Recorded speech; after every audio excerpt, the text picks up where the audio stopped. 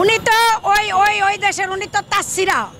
আমি ওনাকে তাসসিরা বলবো কেন, উনি কখনো ওনার লোভে যায় হাসিনার সাথে বোন বানায়, কখনো ওখান থেকে বের হয়, কখনো আবার আমাদের সাথে একবার এসে আঘাত করেছিল। এবং তারা এই সমস্ত তাসসিরা গামছা কাদেরদের কথা আমরা কানে নিই না। এগুলা পচে গেছে, এগুলা পচা ডিমের চেয়ে এখন আরো জঘন্য হয়ে গেছে। কোথাও কোনো কিছু না পাইলে তখন আবার আসে বিএনপির গালে চাপার জন্য। এই সমস্ত পরিত্যক্ত নেতার কোনো প্রয়োজন নাই। পরিত্যক্ত নেতারা আজীবন কোনোদিন শুধু এক দল এক গামছা। এই সমস্ত ভুয়া বক্তব্যের সাথে আমরা একমত না। জন্মই যাদের আজন্মা পাপ, তাদের মুখে এই ধরনের কথা হয়। সকালে একরকম, দুপুরে একরকম, বিকেলে একরকম, আবার মিড নাইটে আরেক রকম। এখন এই গামছা কাদেররা হলো এরকম কেন? ওরা আজকে বলছে একরকম, কালকে আরেক রকম কেন? তাদের কোনো অস্তিত্ব নাই। এরা হলো অস্তিত্বহীনতা এবং পরিত্যক্তহীন একটা দল নেতা। আমি হাসান মাহমুদের কথা বলতেছি, ও তো আরেক অসভ্য। মানে আওয়ামী লীগ মালতেই হলে বেয়াদব, আওয়ামী লীগ মালতেই হলো জারুর সন্তান। আমি বলবো কেন এদের মা বোনের কোনো ইজ্জত নাই। তারা বলতেছে মহিলা লীগ পাঠাবে। মহিলা লীগ পাঠাবে কেন? সাহস থাকলে তোরা আমাদের পুরুষরা রেডি আছে তোদের সাথে লড়ার জন্য। আমরা মহিলা লীগের সাথে কেন যাব? আমরা রাজপথে থাকা মানুষ রাজপথে পুরুষদের সাথে আন্দোলন করতে পারি। সুতরাং মহিলাদের সাথে আমাদের নেতারা মহিলা লীগের সাথে আন্দোলন করে না। আমরা বলতে চাই, ছবি তো গলায় ঝুলিয়েছেন, আপনারা দেখেছেন। ছবি একটা দৌড়াইয়া যে উঠছে কোন রকম রিকোয়েস্ট করে। এখন তলে তলে আপোষ। আমি কাউয়া কাদেরকে বলতে চাই, সাহস থাকলে সরাসরি রাস্তাতে আপোষ হয়। কেন তলে তলে আপোষ করতেছিস? তলে তলে আপোষ করলে আবার মুখটা কেন এরকম চুপসে যায়? লজ্জা নাই, শরম যার, আওয়ামী লীগ নাম তার। সুতরাং তলে তলে ভোটার তলে তলে ক্ষমতায় এসেছে, এখন আবার তলে তলে আপোষ করতে গিয়েছেন। তলে তলের আপোষ এখন কাপোষ হয়ে গিয়েছে। তলে তলে আপোষ হলে তো এতদিন ক্ষমতা থাকতে পারতো না। কিসের তলে তলে আপোষ? এই সমস্ত আপোষ আমরা মানি না। সেই মনে হচ্ছে 2018 সালে নিরজ্জের মতো নিশিরাতে সিল মেরে ভোটে ক্ষমতায় গিয়ে এখন মানুষের সাথে শেষ পর্যায়ে এসেও এখনো তামাশা করেছেন। বিএনপি কখনো জ্বালাও পোড়া আন্দোলন করে না। আগুন সন্ত্রাস বিএনপিকে বলে আগুন সন্ত্রাস আওয়ামী লীগ।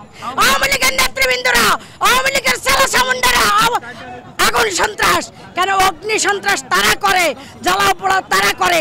এই জন্য তাদের মুখে এই ধরনের আগুন সন্ত্রাসের নাম আসে। আমরা বলতে চাই, যত দেশের নাগরিকদের সাথে এই বৈঠকে বসুক না কেন, বিএনপি সমঝোতার পথে একটাই খোলা রেখেছে, সেটা হলো স্বৈরাচারী হাসিনা পদত্যাগ করবে। এটাই হলো সমাধান। এইটা ছাড়া আর কোনো কথা নাই। বিএনপি সমঝোতা কেন করবে? বিএনপি দেশের জনগণের দল, আম জনতার দল। বিএনপির সাথে জনগণ আছে, দেশের 18 থেকে 20 কোটি জনগণ আছে বিএনপির সাথে এবং থাকবে। এবং হাসিনা যেহেতু আপোষে নামতেছে না, আর সোজা আঙ্গুলে গিয়ে উঠতেছে না, আঙ্গুল এখন থেকে বেঁকা হবে ইনশাআল্লাহ। যতই প্রশাসনের ভয় দেখান, যতই গুলি চালান, কোনো কাজ হবে না। ক্ষমতা হাসিনাকে ছাড়তেই হবে। এটাই হলো আমাদের প্রতিজ্ঞা। আমরা স্বৈরাচারী হাসিনার পতন না ঘটিয়ে ঘরে ফিরে যাব না। এবং আমাদের সারা বাংলাদেশ দেখেছেন আজকে জেগে উঠেছে, স্বৈরাচারীদেরকে ধিক্কার জানাচ্ছে এবং দেখতেছে শেষ মুহূর্ত পর্যন্ত আসলে ক্ষমতা ছাড়ে কিনা। কিন্তু বেহেয়ার দল, বেলজ্জার দল, এরা ক্ষমতা ছাড়বে না। এদেরকে ল্যাংটা করতে হবে, নইলে এরা ক্ষমতা ছাড়বে না। এই আওয়ামী লীগের শেখ হাসিনা আজকে আপনাদের জানানো উচিত, আপনার জানা উচিত। আমরা কিন্তু বলতে চাই নাই আমরা তার মতো নির্লজ্জ বেহেয়া বেশরম না।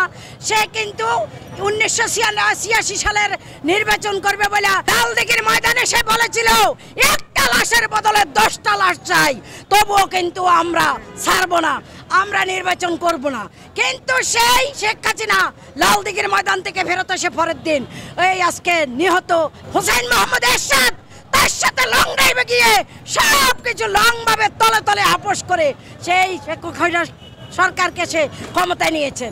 সুতরাং মৃণাল কান্তি দাস আমার নেত্রী নিয়ে যখন কথা বলে তখন আমাদের রক্তক্ষরণ হয়, কিন্তু তার চরিত্রের কথা কি সে একবারও ভাবে যে তার চরিত্র যদি আমরা উন্মোচন করি তাহলে তার তো এমনি লজ্জা নেই, আরো সে উলঙ্গ হয়ে যাবে।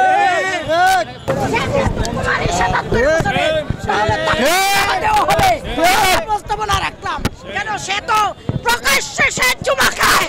যে কোন দেশের জানি প্রধানমন্ত্রী এসেছিলেন সেটা আপনারা দেখেছেন। তার লজ্জা শরম নাই দেখা এই দেশের জনগণের সাথে যে যা খুশি তা করে যাচ্ছে। ফ্রান্সের প্রেসিডেন্টের সাথে দেখেন নাই কিভাবে এই তরুণ সমাজকে, যুব সমাজকে সে মানে একদম ফ্রি করে দিয়েছে, লজ্জা শরম নাই। বাবা ছেলেরা আজকে একসাথে হাঁটতে লজ্জা পায় যে একজন দেশের ভুয়া ভোটের প্রধানমন্ত্রী সে আজকে আরেকজন লোকের সাথে কিভাবে কোলাকুলি, কিভাবে চুমা খাওয়া খাইছে, ঠিক না জানাই। বেগম খালেদা জিয়া বাংলাদেশের যে আসন থেকে ভোটে দাঁড়িয়েছেন, 5টা আসন থেকে প্রতিবার উনি নির্বাচনে দাঁড়ান, প্রতিবারই উনি 5টা আসনে বিপুল ভোটে বিজয়ী আসেন। কেন সাধারণ জনগণ ওনাকে ভোট দিয়ে নির্বাচিত করেন।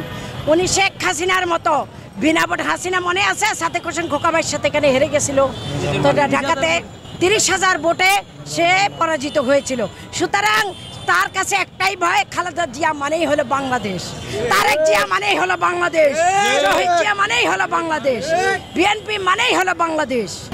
সুষ্ঠু নির্বাচন যদি হয় আমরা আশা করি ইনশাল্লাহ জাতীয়তাবাদী দল 95 ভোট পেয়ে ইনশাল্লাহ নির্বাচিত হবে। এই দেশের জনগণের জন্য জাতীয়তাবাদী দল যা করেছে, যা দিয়েছে, এই জাতি জীবনে ভুলবে না। মানুষ শুধু মুখোশ হয়ে আছে কখন এই স্বৈরাচারী হাসিনার পতন হবে, কখন মানুষ ভোট দেওয়ার সুযোগ পাবে। ভোট দেওয়ার সুযোগ পেয়ে ইনশাল্লাহ জাতীয়তাবাদী দলকে নির্বাচিত করবে।